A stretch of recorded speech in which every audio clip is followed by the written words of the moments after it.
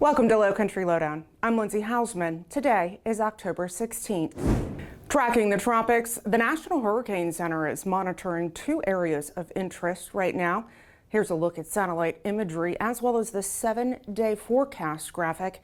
The area in orange is an area of low pressure. It's producing disorganized showers and thunderstorms right now. Forecasters say conditions are conducive for development now through the end of the week, expecting it to turn into a tropical depression as it moves near the Leeward Islands late this week. Something to keep an eye on for sure. And then the area in yellow is moving towards Central America and likely will see no development. The Sands boat landing in Port Royal is closed until further notice. Hurricane Helene caused extensive damage there. Beaufort County Public Works is working with marine contractors to assess the extent of that damage. The county says repair work will begin as soon as possible. As the result of Hurricane Helene, Beaufort County has been awarded an individual assistance declaration. This means those who experienced uninsured damage or losses due to Hurricane Helene are eligible to apply for federal disaster assistance. The Individual Assistance Program offers financial support for temporary housing, home repairs, and other disaster-related expenses not covered by insurance. The different ways to apply are listed there on your screen. Other available resources also there on your screen. They're offered by other federal and state entities. For a detailed list, you can visit our website, bcso.net, and then click on the Storm Center. Governor Henry McMaster has proclaimed this week as Earthquake Preparedness Week in South Carolina. It's a time to encourage everyone to learn about our state's seismic fault system and how best to prepare for earthquakes. A highlight of the week is the Great ShakeOut, happening tomorrow morning at 10:17. Millions of people worldwide will participate in earthquake drills at work, school, and home. It's all about practicing how to stay safe during an earthquake. Drop, cover, and then hold on. So far this year, there have been more than a dozen low-magnitude earthquakes recorded in South Carolina. The largest ever recorded was just outside of Charleston on August 31st in 1886. The 7.3 magnitude quake devastated the region and was felt from Chicago to Cuba. Now, that earthquake is reported to have caused minor tsunamis along the East Coast. Tsunamis are generated by earthquakes. They can also be caused by landslides, volcanic eruptions, or even meteorite impacts in the ocean. All are sudden disturbances of the sea surface causing the series of waves. Here in Beaufort County, we're considered TsunamiReady. It's a national designation through the TsunamiReady program. That is through the National Weather Service and National Tsunami Hazard Mitigation Program. Now to a scam alert. If you're considering donating to help people in communities that have been impacted by the recent hurricanes, please make sure you're doing so through a reputable source. Unfortunately, scammers take advantage of times like these. Only donate to charities you know and trust with a proven track record dealing with disasters.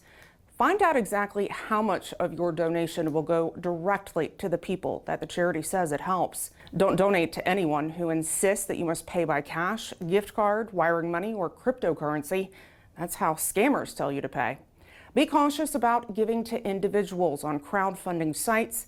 And before you text a donation, make sure to confirm the number on the charity's website. The law enforcement impersonation scam isn't just phone calls anymore. Scammers, well, they're now texting you. Here's a text message a Beaufort County resident reported to us. We also continue to receive reports of scammers claiming to be with our agency, telling folks that there's a warrant for their arrest and they got to pay up. We will never do this. Hang up on these scammers. And now, do not text them back. When in doubt, you can always give us a call with questions. Beaufort County Animal Services is asking for your help to track coyotes and their activity. Right now, the county is gathering information on sighting locations, behavior, and timeframes. With that information, the county will coordinate with DNR and other wildlife management groups regarding the best response. If you've seen a coyote where you live, please visit connect.beaufortcountysc.gov/animal data. It'll bring you to this page. There you can drop a pin where you've seen a coyote, as well as see where other sightings have occurred throughout the county. You can also complete a survey with detailed information. Congratulations to our newest Citizens Police Academy graduates. Last night, our 2024 fall CPA participants graduated from the 9-week-long course. It's a great program that introduces you to the different divisions, sections, and units of the Sheriff's Office. What we experienced was much more profound than I ever anticipated. From the first day, the Academy presented us an in-depth look at law enforcement behind a unique perspective. It wasn't just about learning procedures and policies, it was about seeing the humanity behind the badge. One of the most eye-opening aspects of the program was the hands-on training. We didn't just sit in class, we did eat chicken though, and have potato chips and stuff. But we got to look in and look behind their shoes as much as possible. Graduation came on the heels of a great field day on Saturday. CPA participants learned about our special teams, as well as checking out several demonstrations. Field day, it's always a great time. Now, in late November, early December, we'll share details for our next Citizens Police Academy that's scheduled for spring of 2025. We want to say thank you to the town of Port Royal Town Council for recognizing one of our dispatchers, Katrina Williams. She, alongside a manager from a local restaurant, were honored for not only saving a life, but their compassion in doing so. Back on September 3rd, a customer of Madison's restaurant suffered a cardiac arrest. Katrina was the dispatcher who took the call. She provided critical guidance over the phone.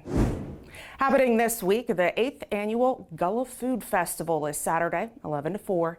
It'll be held at 12 Georgiana Drive on Hilton Head. It's a great way to immerse yourself in the rich heritage and flavors of the Gullah culture. The 20th annual historic Bluffton Arts and Seafood Festival is underway.